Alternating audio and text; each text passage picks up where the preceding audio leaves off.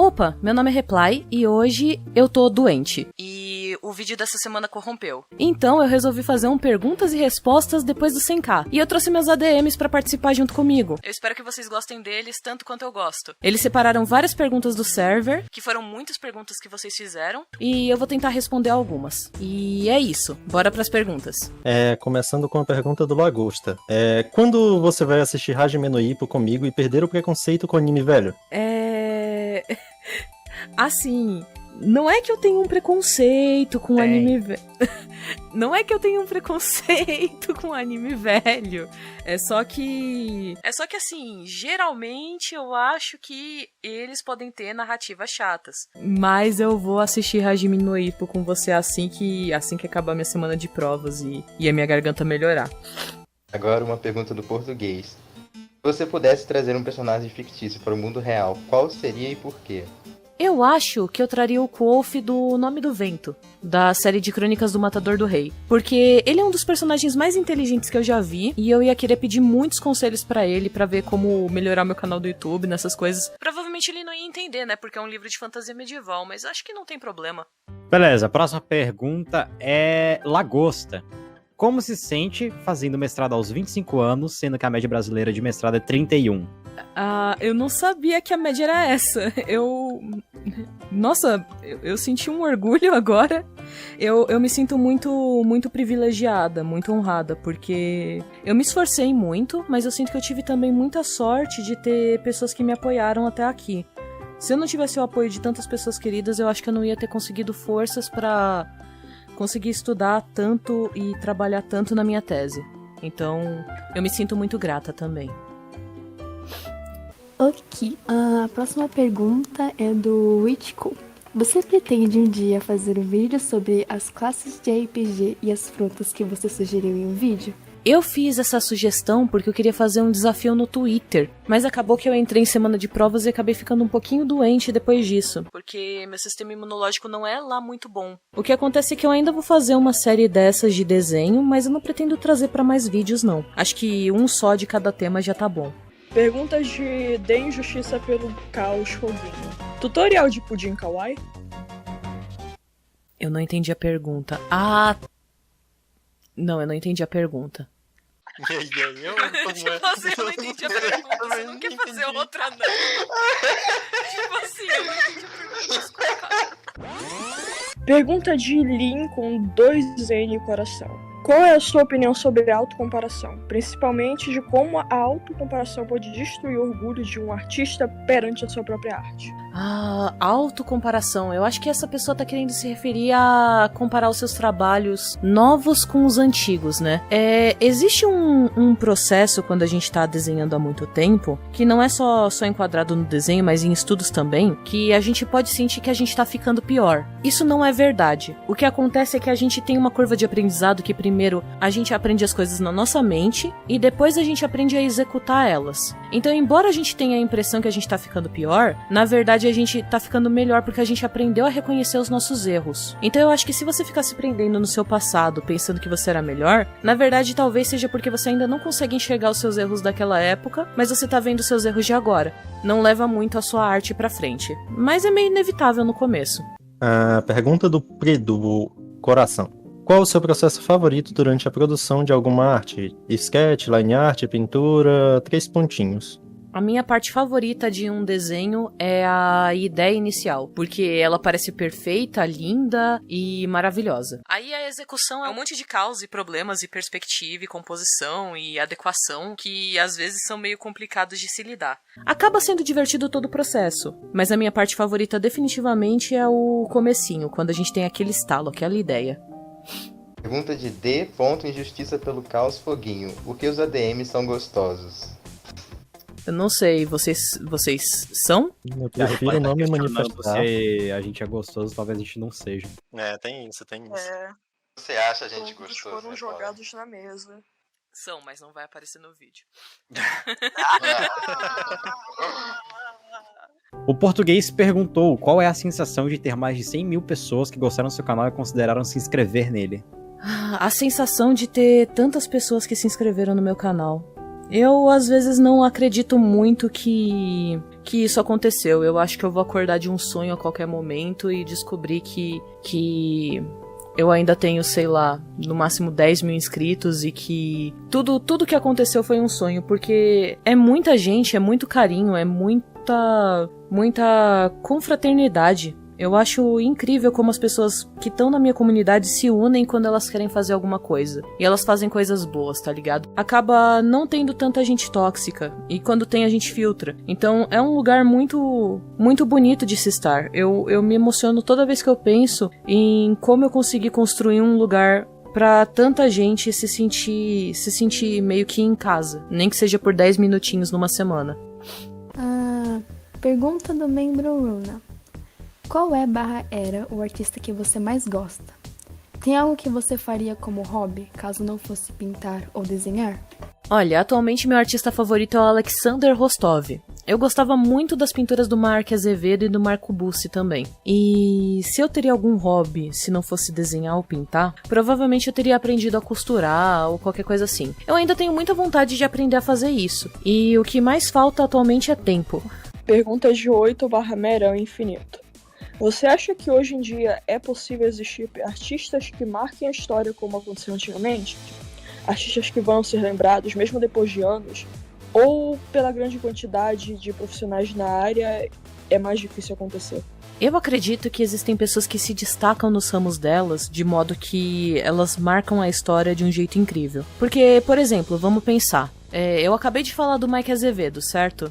Ele foi um dos primeiros artistas brasileiros a trabalhar para uma empresa de jogos mundial, que foi a Riot Games, né? E ele ficou meio que marcado na história por isso. Assim como a Laerte, que é uma quadrinista gigantesca, que a gente admira e que a gente vê nas tirinhas, às vezes forçado da aula de português, mas que continua sendo genial. Eu acredito que cada tempo tem seus artistas que são marcados e que são revolucionários e inspiradores. Não por uma grande quantidade de coisas que eles façam ou por serem poucos, mas porque eles realmente são bons naquilo que eles fazem.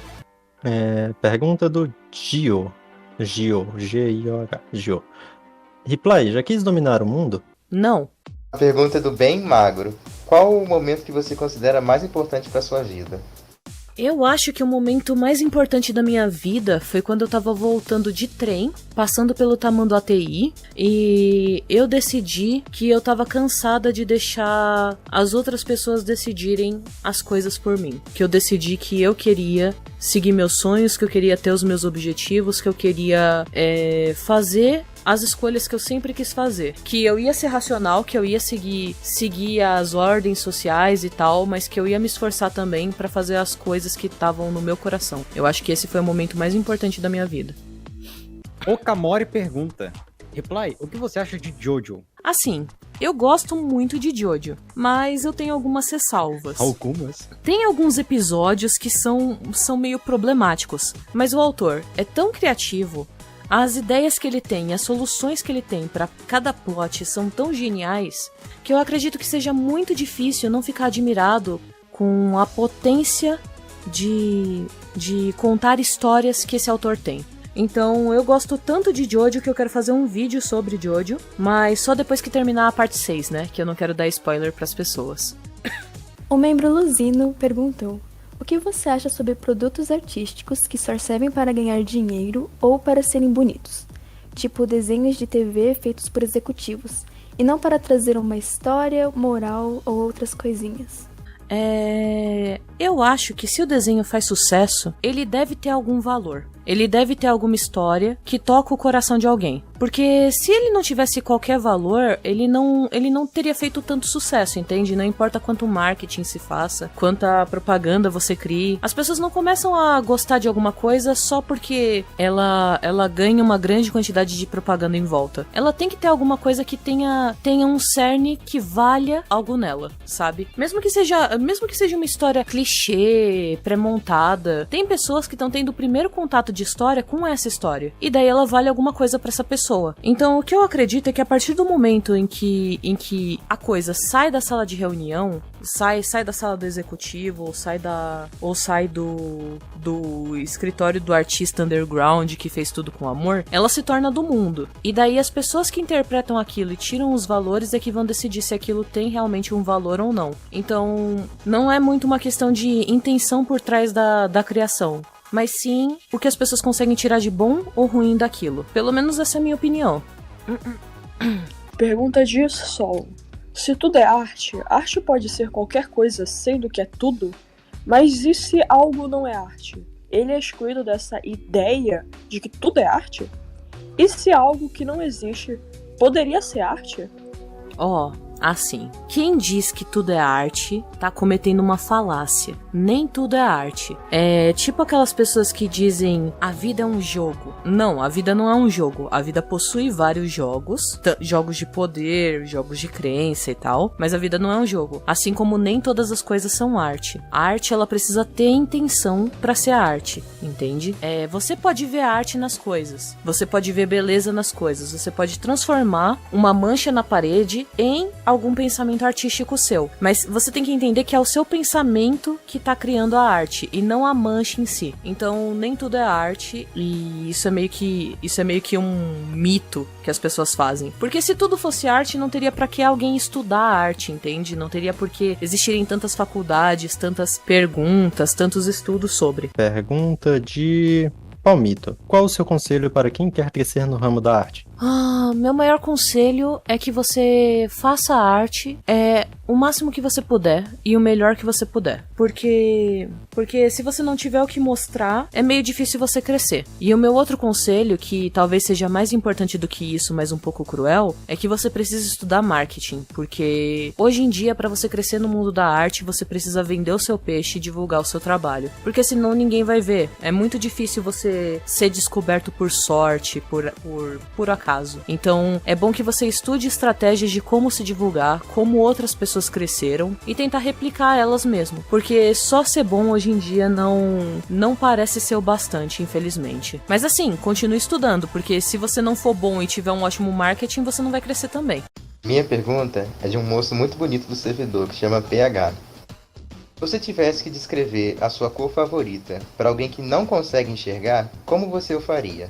Eu acho que eu iria pelo clichê, sabe? Porque as pessoas gostam de associar cores com temperaturas, né? Então, como a minha é vermelho, eu acho que é um pouco mais fácil. Eu diria que ela é semelhante ao fogo, semelhante à temperatura do sangue nas pessoas, tá ligado? Semelhante à batida do coração de alguém. Pelo menos são essas coisas que eu associo quando eu penso em vermelho. Um pouquinho por causa da sinestesia, mas também a gente vai pelos clichês, né? Pergunta de Kuro. Acha que a arte e outras formas de se expressar podem acabar sendo desvalorizadas com o tempo? Não, eu não acho, porque se a arte sobreviveu a tantas eras de censura e de, não sei, contenção, transformação, eu acho que ela nunca vai deixar de ser relevante ou importante, entende? Existem sociedades que são focadas completamente no trabalho e que ainda assim têm espaços para desdobramentos, que eu realmente acredito que enquanto existir o ser humano, vai existir alguma forma de expressão artística. A próxima pergunta é do membro Raymond.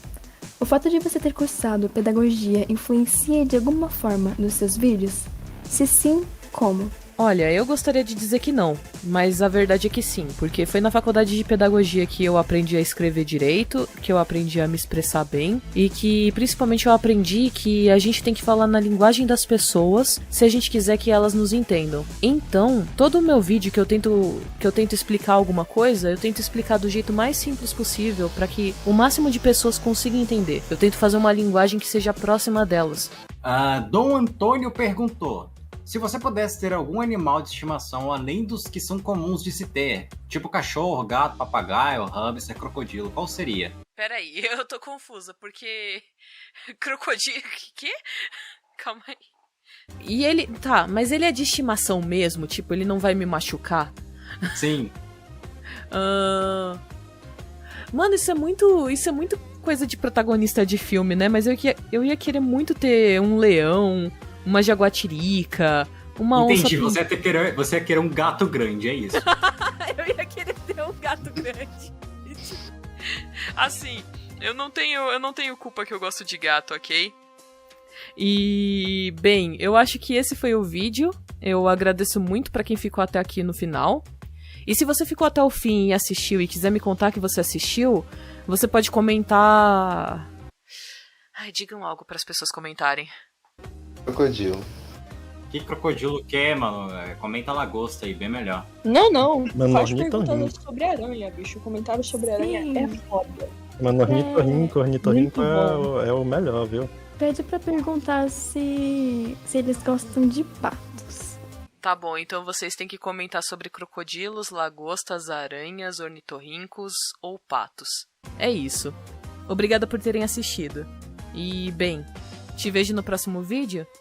Até mais. Até mais, até mais. Até mais. Até mais. Mas. Até mais. Pergunta de Dou Justiça pelo Caos Foguinho. Lagosta pediu pra perguntar se está solteiro. Pera, ele pediu pra eu perguntar pra ele se ele tá solteiro? Não sei. Mentira isso aí, tá? Eu não...